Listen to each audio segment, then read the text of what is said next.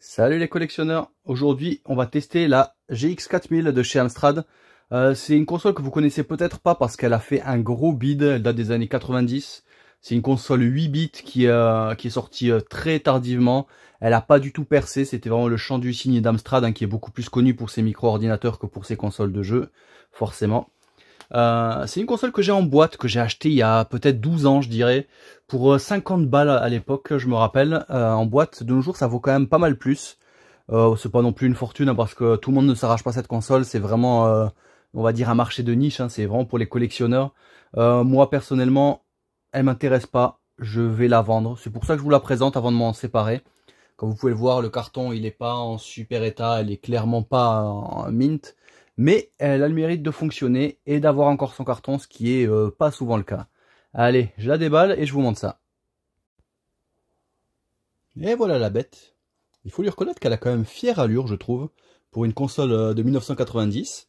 Elle est propre et elle a très peu jauni. J'ai pas fait de rétro bright, mais en règle générale, j'ai l'impression que c'est des consoles qui sont assez peu sujettes au jaunissement, contrairement à notamment au NES et Super NES de chez Nintendo. À chaque fois que je vois des Amstrad GX 4000, bon, j'en vois pas tous les 4 matins, elles sont toujours relativement blanches. Les jeux se présentent sous cette forme. J'ai fait ma petite recherche. Visiblement, il n'y a que 26 jeux officiellement qui sont sortis sur cette console.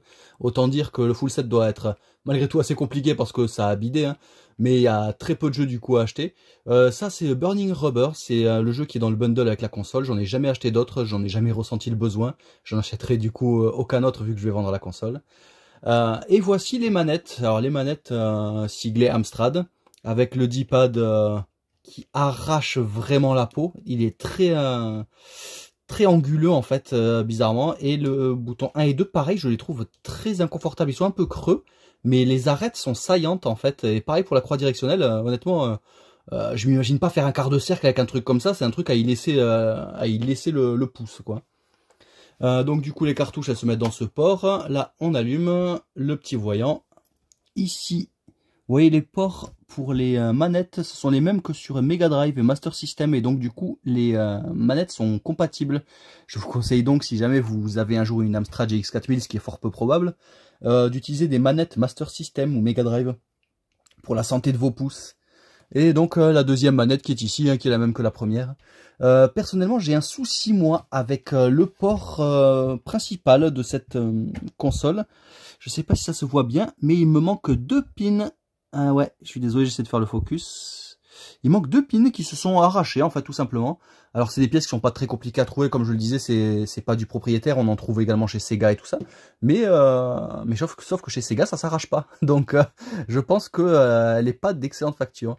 Comme je le disais, donc c'est une console qui est sortie en 90. Pour rappel, la Mega Drive, donc qui elle est une 16 bits, est sortie en 88 au Japon. Autant dire que cette console, elle était morte née. Allez, je vais la brancher.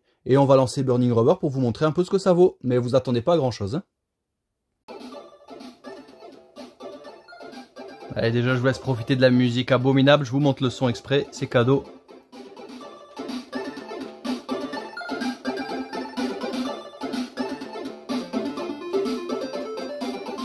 Allez, je descends ça.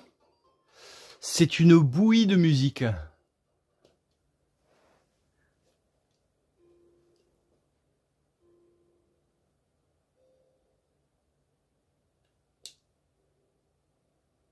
Ah, il faut appuyer sur la flèche du haut pour avancer, du coup.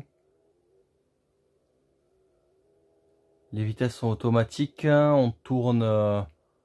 ouais.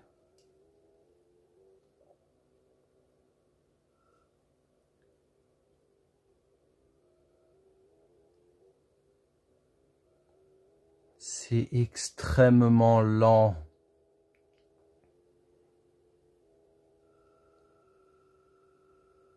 Après, graphiquement, pour de la 8 bits, c'est honnête. Si on compare ça, par exemple, au premier Outrun, c'est quand même un peu plus joli. Enfin, il faut quand même voir que le premier Outrun, il était autrement plus vieux. Et pour le coup, il était autrement plus fun aussi. Parce que là, il n'y a vraiment aucune impression de vitesse. On se traîne le cul.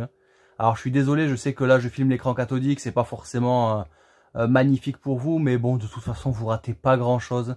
Ça n'a vraiment pas un grand intérêt comme jeu.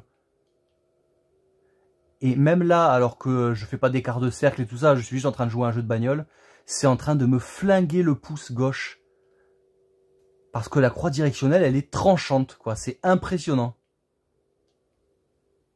C'est fini. Voilà. Bon, bah, je pense que je vais pas aller plus loin. Ça suffit très largement. 1 minute 50 de vidéo. La musique, elle est horrible. Les bruitages, ils sont catastrophiques. Graphiquement, ça passe pour de la 8 bits. Mais en 1990, ça passait plus déjà. C'était trop tard. On peut pas sortir un truc comme ça en espérant percer, quoi. Amstrad le savait, hein, c'était une tentative désespérée de percer dans le milieu des consoles, mais bon, on a bien vu ce que ça a donné. Hein. Bon, sur ce, les gars, je vous laisse sur cette magnifique démonstration de la GX 4000. Vous comprendrez que je ne la regretterai pas vraiment, elle me prend pas mal de place dans ma collection. Et bah, je vous dis à la prochaine, dites-moi ce que vous en pensez. Ciao!